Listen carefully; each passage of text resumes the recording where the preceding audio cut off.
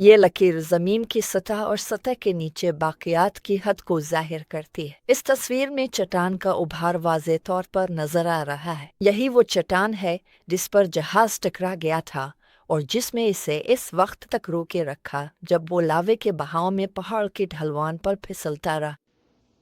तसादुम के असरात 1985 में बहुत वाज़े थे जब रोन और उसके साथियों ने मेटल डिटेक्टर से स्कैनिंग की और रीडिंग्स के पैटर्न को टेपों के जरिए जोड़ा।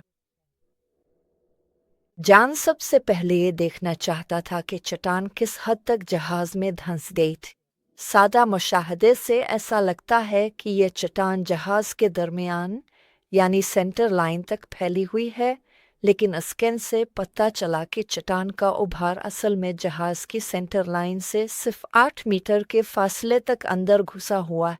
इस चट्टान का ऊपरी हिस्सा टूटकर जहाज़ की बालाई सतह पर गिर गया था, जिससे ऐसा महसूस होता है कि चट्टान का मजमूई हजम असल से कहीं ज़्यादा बड़ा है और ये जहाज़ में हकीकत से ज़्यादा अंदर तक घिसी हुई है।